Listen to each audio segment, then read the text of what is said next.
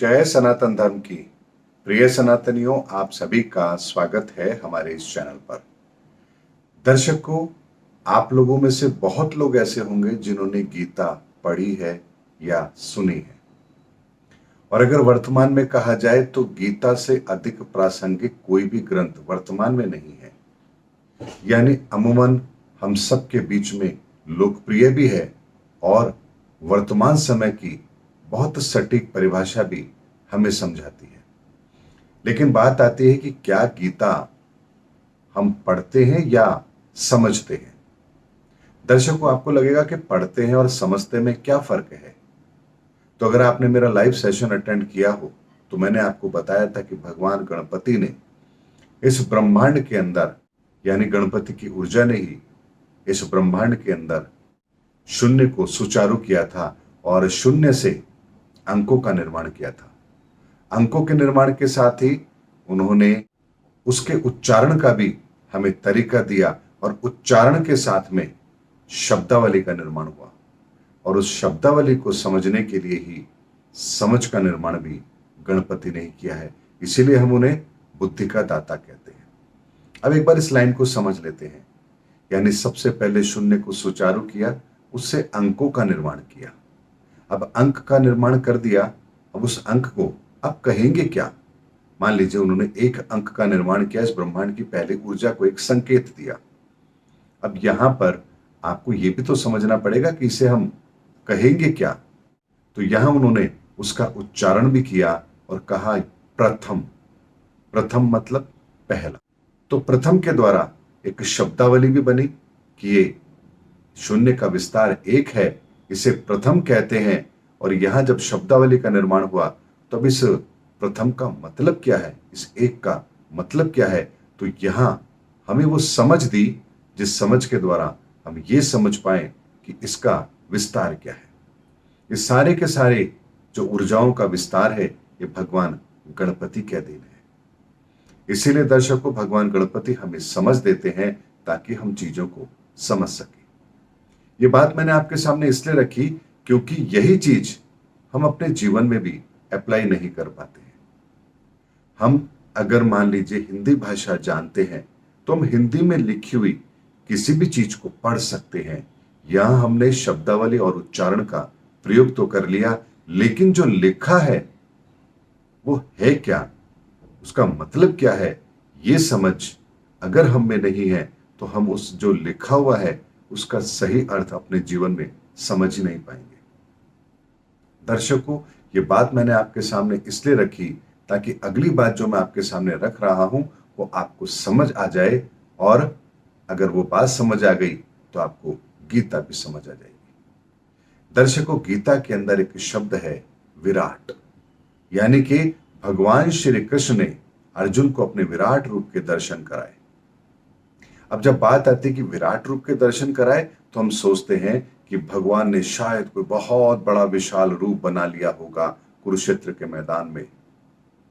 दर्शकों, पहले विराट रूप को समझते हैं कि विराट का मतलब क्या होता है। एक उससे पहले एक छोटी सी बात आप लोग के सामने रखता हूं। हमारे इस दुनिया के अंदर भी अगर किसी शब्द का निर्माण होता है तो उसके पीछे एक पूरी परिस्थिति होती है। जैसे मैं कहूं आपसे पेंडेमिक। पेंडेमिक शब्द अगर प्रयोग किया जा रहा है तो उसके पीछे एक परिस्थिति है। उस परिस्थिति को आप महसूस कर रहे हैं, आपके जीवन में वो घटना घटित हुई है, तब जाके उस शब्द का निर्माण हुआ पेंडेमिक। हम कहते हैं धर्मनिरपेक्ष, सेकुलरिज्म। इस शब्द के निर्माण के पीछे भी एक प्रोसेस है, एक सोच है, एक विचार है।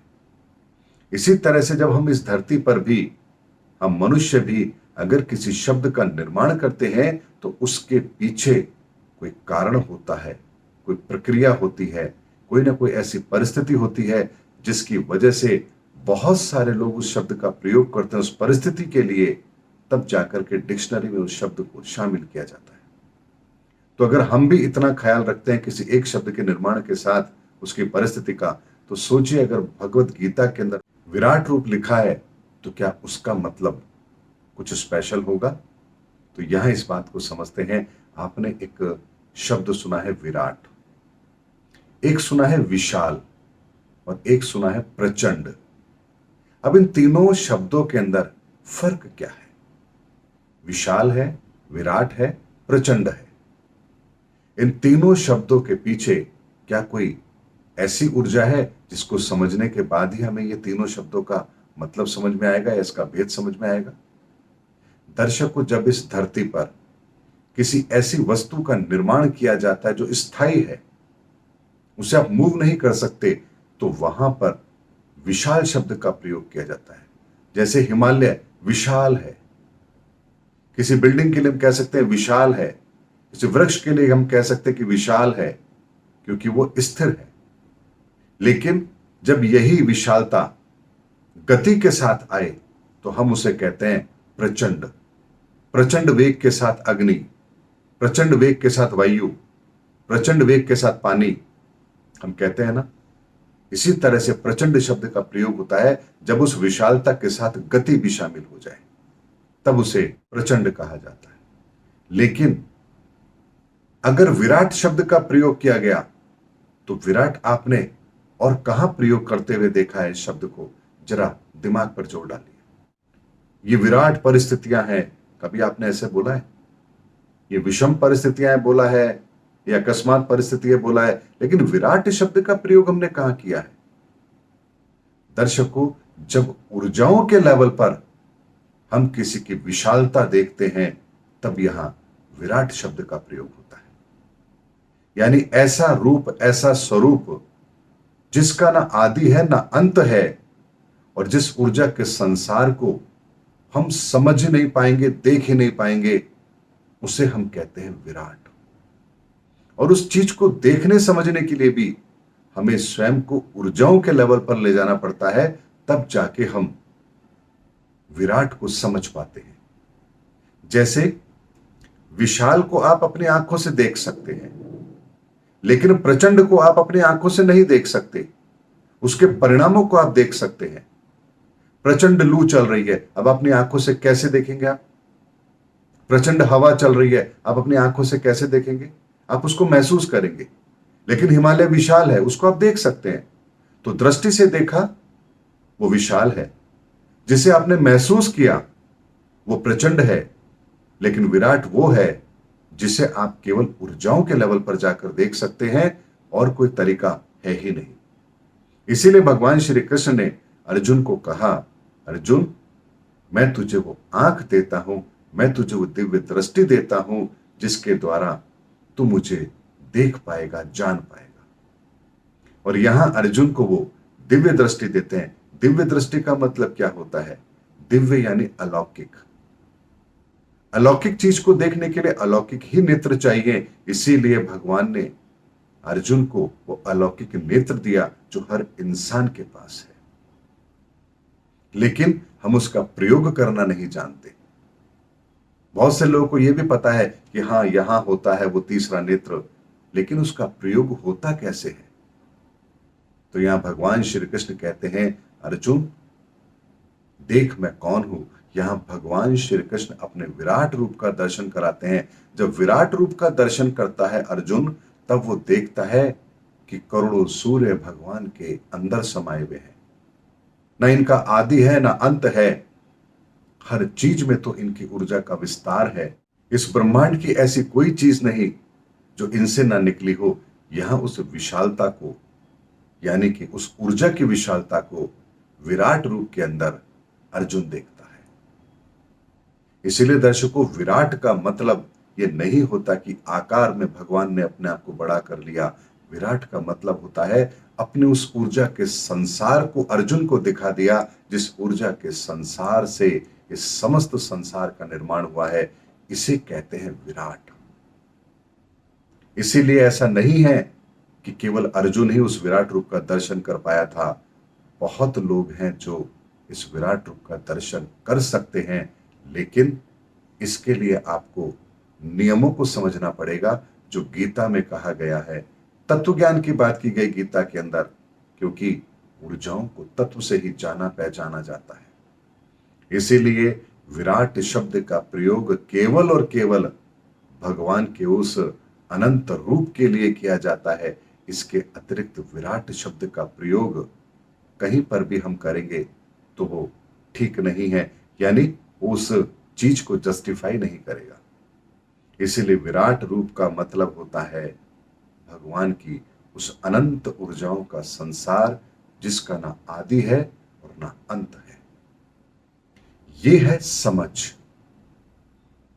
आपने पढ़ लिया विराट, पढ़ने के बाद उसका उच्चारण भी कर लिया कि विराट है, विराट स्वरूप यहां लिखा है।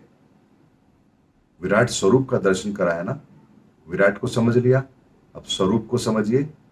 स्वरूप यानी खुद का रूप।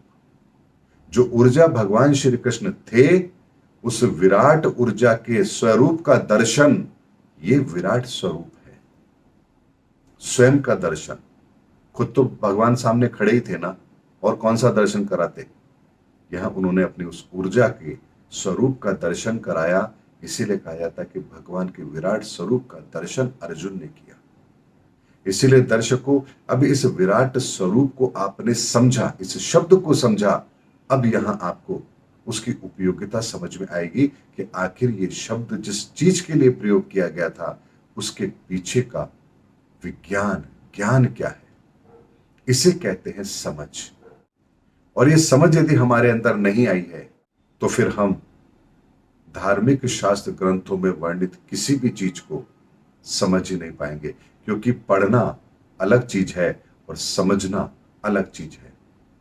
और समझ की ऊर्जा का जितना भी भंडार है, वो स्वयं गणपति के पास है, और उनके बिना कभी समझ आ ही नहीं सकती। इसीलिए समझ अर्थात गणपति उनका दूसरा स्वरूप है। इसीलिए भगवान गणपति को प्रथम देव भी कहते हैं कि अगर गणपति साथ हैं तो फिर हर चीज समझ आएगी, और हर चीज समझ आ गई तो फिर भेद कौन सा बाकी रह जाएगा। इसीलिए दर्शकों, हर शब्द के निर्माण के पीछे एक ऊर्जा होती है, एक कारण होता है, एक रूप स्वरूप होता है। और उस चीज को अगर हम जानेंगे, तभी हम उस शब्द का मतलब समझ पाएंगे। और बिना शब्द के मतलब को समझे हम कभी उसका लाभ ले ही नहीं पाएंगे। जैसे आप कहीं जाएं और आपको दीवार पर लिखा मिले कि यहां से दाएं मुड़कर 10 कदम चले, वहां एक ताला है, उसको आप खोल के अंदर आ जाएं, तो आपने पढ़ लिया, लेकिन अगर आपने उसको समझा नहीं, तो क्या आप उस क्रिया को करेंगे? उस परिस्थिति में जो आपने पढ़ा है, क्या आप उस दरवाजे तक पहुंच पाएंगे? क्योंकि आपने पढ़ तो लिया, लेकिन आपने समझा नहीं। समझने का मतलब होता है उसका अनुसरण करना। इसीलिए भगवान श्री कृष्ण ने गीता में जो कहा, यदि हम समझ के द्वारा उन शब्दों का अर्थ निकालेंगे और फिर उसका अनुसरण करेंगे, तो ऐसा हो ही नहीं सकता कि हमारे जीवन में भी अर्जुन के समान उस ज्ञान का प्रकाश ना हो। इसीलिए दर्शकों, हर शब्द और शब्द की ऊर्जा, इसका भी एक बहुत बड़ा रूप स्वरूप होता है। उम्मीद करता हूं मेरा वीडियो आपको अच्छा लगा होगा। अगले वीडियो के अंदर आपसे फिर भेंट होगी। तब तक हमारे चैनल पर बने रहिए। जय हिंद, जय भारत, जय सनातन धर्म।